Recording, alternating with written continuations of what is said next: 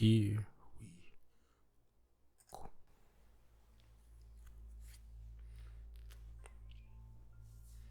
After spending the first 16 years of Oh, my I did life not in the expect city, that voice. moving out to the country was a breath of fresh air, literally. I Was was a lucky enough to learn fresher to breath drive out air. on the open roads rather than the congested streets of New York City. I typically did most of my driving during the day, but whenever I had to drive at night, I was always very careful. God, I hate driving You at never night. know when a deer or something might jump out at you. Now, on the rare occasion that I was driving at night, I found the later it was, the more peaceful the road was. Well, that wasn't the case when I was driving home from a concert about 6 years ago. It was around midnight by the time that I managed to get out of the parking lot and onto the road, and I had a 3-hour drive ahead of me. So I Damn. made sure to get out of there as quickly as possible. And for the most part, Shit, the I drive wouldn't. was Yeah. going as expected. There was Ain't, hardly anyone else on the road. ain't no way. If I go to a concert, I ain't going to shit that's 3 hours away. Like 3 hours. All right, that's I'm gonna stay at a hotel or motel that's near the place. Like 3 hours. Fuck that. If it's like more than an hour and a half, like As it got hell further no. away from the concert venue, and the sky was clear with a I don't bright like nobody winter that light much to go road see ahead if of me. that far. However, things turned way less blissful as I passed through a small intersection where I noticed another car pull onto the road behind me. Oh This boy. didn't bother me at all because I figured there was plenty of room for everyone. This driver There's a obviously road. didn't feel the same way though. As they pulled up closer behind me, their headlights began to blind me through my rearview mirror. Oh, And I since hate we were that. on a single lane road and not a highway or double lane, there was nowhere for the car to pass me. I began slowing down a bit as I could feel my anxieties start to rise, and I was considering pulling over Yeah, to just let the car yeah, pass just me. pull off the side But of the that's road. when the driver in the car behind me began to honk their horn. As I grew more uncomfortable, I continued to slow down. Only now I had my hazards on, hoping that the driver would take the hint and begin passing me. But they didn't. Instead, Cause they fucking they with you. continued to speed up their car until eventually I felt it tap up against my trunk. My car started losing control as the driver behind me continued to knock into the back of my car, and the only thing that I could think to do was to speed up. I pushed down on the gas and began making a small gap between myself and the car behind me, but the driver of the car quickly began speeding up as well and closed the gap that I had just made. They began slamming down on their horn again, and I heard the sound of their car. He's like, as there's it somebody forward in the and back into the rear of my seat. car. I did everything I could to It's keep like an the axe car on murder the right road, there. but that became increasingly difficult each time they ran into my trunk. Oh wow, they just keep Eventually, hitting I you. saw a small pull-off and managed to rip my steering wheel to the right and pulled my car off the road and out of the way of the car behind me. As soon as the car was parked, I began calling 911, which was when I noticed the car that had been chasing me ended up stopping in the pull-off as well.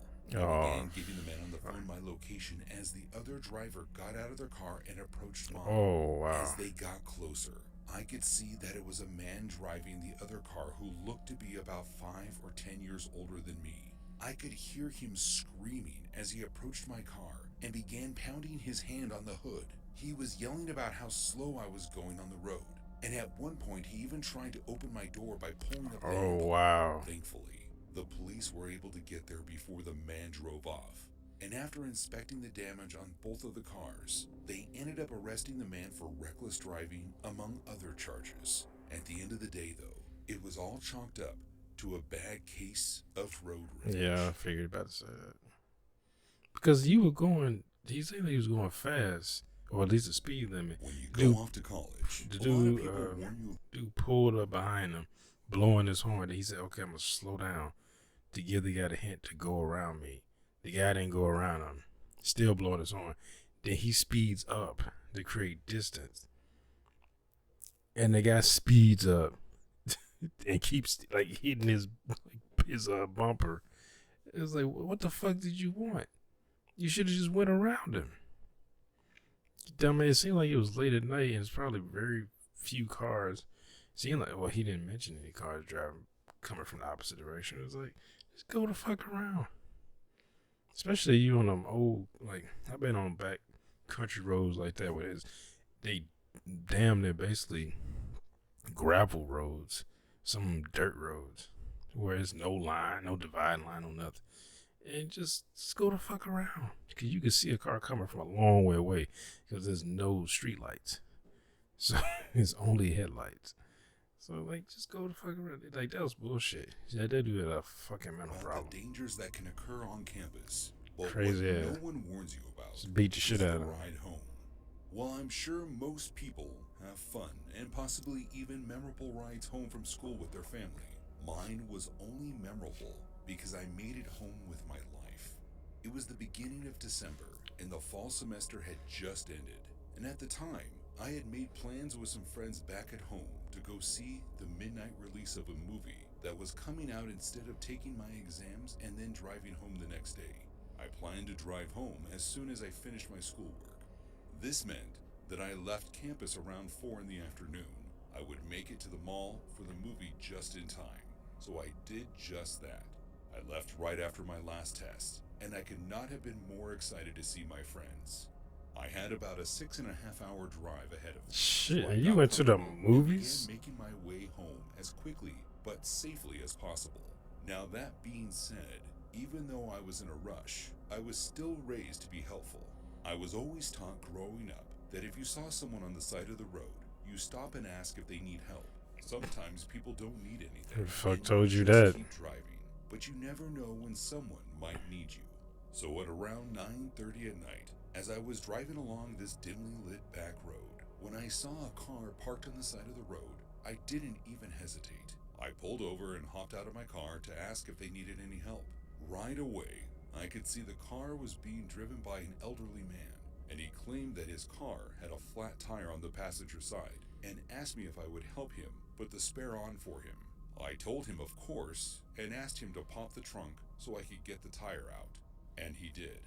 But as I leaned into the trunk to lift up the Oh, mat that covers the spare, don't tell me I it's. felt the man press something against my neck. Oh, My entire gun. body tensed up as I could feel the shocks from the taser that he just pressed against Oh, my thigh. shit. I keeled over forward, and the man was able to easily push me and force me into the trunk of his car before slamming it shut. I recovered from being tased before we pulled off from the side of the road. But as I reached above me for the emergency handle that it's in most trunks, I couldn't find it. Yeah, of course he cut The it. tires moving as we began making our way down the secluded back street. Oh, shit. When I realized the old man had forgotten to take my phone before locking me up. He must have been in such a hurry and didn't want to risk being overpowered that it didn't even cross his mind. I squirmed around in the trunk until I could get my hand into my pocket and pull my phone out. After calling the police and telling them what road I was just on, it was only a matter of a couple of minutes before they were able to find me. I heard the Wow. sound of police sirens behind us as they pulled the elderly man over. And once the car came to a stop, I began banging on the trunk to let the officers know where I was. Once the man was in custody and I was out of the trunk, I asked the officer if he knew why the man tried to abduct me, but he didn't know why. It wasn't until the trial that we learned that this man, who I thought was old and frail, had actually confessed to abducting multiple people between the 90s and the late 2000s. Oh, he's a fucking serial I was killer. just the lucky one. I mean, I think if that story was true, he would have named the serial killer. Yeah, that's some serial killer About 4 shit. years ago, while I was driving home from work, I saw something that at first seemed like it was straight out of a horror movie. It was during my time as a bartender in New Paltz, New York, and for the most part, I loved my job. I was never much of a drinker, but I loved all my customers and the friends that I made over the years. Plus, I used to suffer from some pretty nasty insomnia, so working overnights was perfect for me. The bar typically closed around 3 a.m., and after cleanup and whatnot, I would usually be on my way home between 4 and 5 in the morning, just before sunrise. That night, though, we ended up closing early because it was a slow night, and by the time 1:30 rolled around, the bar was completely empty. So we closed up, and I got to head home a little bit early, which is most likely what ended up saving someone's life. After locking up the bar that night, I climbed into my car and got ready to drive home. I plugged my phone into the auxiliary cord, started playing some music, and before long it was just me and an empty road. I took the route that I usually drove to get home, which, on a good night, was only about a 25-minute drive. Even though it was dark, it was a very scenic route. I often spent a lot of my time when I was stopped at intersections gazing off into the woods that lined the streets. Now, along Route 52, the road that I would take home, there was this one intersection that had an old church sitting off to the side of the road. And I remember as I passed it that night that there was a car in the otherwise empty parking lot, which I thought was odd. No one was ever at that church in the middle of the night, but I assumed that it was just some high school kids hanging out and kept on driving. Route At a 52 church? may have been considered a Wait, he said it was a abandoned but church? because of the area where we were in, there still weren't many streetlights along the side of it. So in the dark of the night, you have to be wary around the turns. Something that I learned after growing up in that area. You never know what's going to jump out at you. It could be a deer, a bear, or even a person, which is what happened to me. It was only about 2 minutes after I passed by the church as I made my way around one of the bends in the road. I practically stood on the brakes. My car came to a screeching halt. I tried not to freak out as my mind processed what was in front of me. Off to the side of the road, I could see a man who didn't seem to notice my headlight shining on him. He was walking in the same direction that I was driving in, but there was something wrong with him. With each step he took, I could see that he had a deep limp and was almost dragging his right leg instead of lifting it. As I looked closer, it did not take me long to notice that his shirt and pants were covered in what looked like dirt and blood. Damn. It was at that point that Did I he figured get the hit? man must have been injured if he was walking like a zombie and covered in blood. So I decided to try to get his attention and I contacted the police and an ambulance. I pulled my phone out and began dialing 911 at the same time that I started rolling my window down. I called out for the man to stop and told him that I was getting him some help. But before I could start talking to the 911 operator on my phone, the man turned to face my car and immediately began yelling indescribably. I couldn't make out a single word that he was saying, but I knew that I needed to keep my distance when he reached into his pocket and pulled out a small pocket knife. The Oh. man could barely lift it to point it toward my car, but the second I saw the blade, I began backing up. At that point, the 911 operator was finally on the line with me, and I explained my situation and she told me to hang tight while I waited for an ambulance. I made sure to keep my distance from the man as he kept slowly hobbling toward my car with the knife in his hand, still yelling, though I couldn't understand him. After a couple of minutes went by, a police officer showed up and was able to disarm the man without anyone getting hurt. And upon further inspection, Oh, well, that was it good. was clear that the man wasn't thinking clearly. Once the ambulance arrived, He probably got it was hit by a determined that the car man or was something. likely the victim of a hit and run. Yeah, it was like he He was got hit just by a car. deliriously wandering around. The ambulance rushed him to the nearest hospital, where I was told that he made a full recovery. I also reported the car that I had seen sitting at the church down the road from where I found the victim. It wasn't there when the police went to go look for it, but I think that might have been the one that hit the man. And why they stop? They hit him. I think they kept going. It was like they hit him and he just kept walking. He said they passed it and he drove past the man.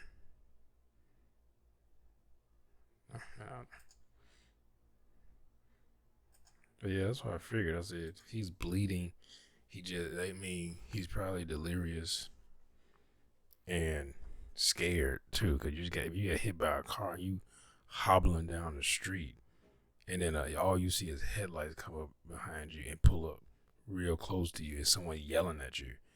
You're like, yeah, you probably gonna. And like I said, he's got a head injury. You know, pull out his knife. Like, he don't know what the fuck going on. Late at night, and on a back road with no street lights. All you see, like, people pull up and all you see is like headlights, and you can't see the person like you, and it's hard to see the sides of you too. Somebody could just come run up from the side and just tackle your ass, you know. Yeah, I can see being scared out there. Remember once I picked up a guy, I think I was 17, and I picked up, yeah, I saw I could pass a car that was broke down. And I knew that car wasn't there when I drove by early. And I was driving by and I saw a guy walking. And then he started like, he put his hand out like that. And I asked him, because this was late. It had to have been, shit, probably like, well, it wasn't that, I mean, it was late. Yeah, I'm thinking about like 1 in the morning. I had probably like 10 or something like that. And I remember I picked up the guy. He's a nice guy. Drove him, he was telling me where to go. And we were driving for about 30 minutes. And he lived out of town on them back roads. And I couldn't tell where we were because I hadn't driven on those roads at night before. On those back roads, those particular back roads. And I had like a knife on me. I had the shotgun, my dad's shotgun was in the trunk. But it's in the trunk. I can't really get to it. But at least it was there. But I had my knife on me on my side. And I remember we were talking, and then found out he's like the first cousin of a girl who I went to high school with. and we drove, and I said, wait a minute, I recognize the house because I had been there before. I've been to the house next door to it because a friend of mine lived there. And I was like, oh, I knew who it was. And I was like, yeah. And I recognized it. And I was like, that guy would have been walking probably about 3 hours trying to get to that house in that complete darkness because there was no street lights outside of town. But I already picked him up. And first I was hesitant. I said, I should just drive by this because when I was driving up, 2 cars had just drove by that dude. And I was like, I think that made me feel bad. I was like, that was me. I mean, you want somebody to stop, but at the same time, like that second story, when he stopped and helped that man and the guy tased him, I'd have been like, I don't know. I probably have been like, I'd act like I don't know how to change a tire, and like, maybe you can call, like, you got AAA, or you can call like a tow truck. I know, like, here, yeah, we have tow trucks that's like the city owns those trucks and they just drive down the road, but you can call them and they'll tow your car. I don't know if they charge you or anything for that, but that might be just taxpayer money, but I don't know if they charge you if you call them. But yeah, it's shit like that make you not want to stop, like, because you don't know who the fuck this is, what's going on. You being friendly and like, oh, I hope you stop, especially you see it's like an elderly person, or a woman, and especially as a guy, and you see as a woman, you're like, oh, you feel a false sense of security until the fucking person like taser your ass, or you be thinking, oh, this is a woman, she I'm a big guy, like, I can take her. She fucking put your ass in a rear naked choke and choke the shit out of you. It's like, kick you to the goddamn head, knock your ass out. Like, unless you the rock or the mountain or some shit, like, you're not gonna be safe from that. Like, you gotta be caught. Like, I would never. The main thing that guy did, the mistake he made was turning his back to the guy. Cause I mean, I know you could reach in a truck to get a tire, but don't let the dude be behind you. Like, ask him, like, hey, can you move to the side of the trunk instead of being like directly behind me? But he being nice. He was taught to be that way and help everybody. Now he ain't gonna help nobody no more. That person ruined it for everybody else. Him and Ed Kemper. Ed Kemper picked up hitchhikers, so I guess he's the opposite. Hitchhikers should be afraid of him. Anyway, hope y'all enjoyed my reaction. Well, if you did, make sure to hit that thumbs up button down below. Make sure to subscribe if you're here. Hit that bell if you want to be notified when I upload new videos. Comment down below. Share this video. I'll see y'all next time. Peace.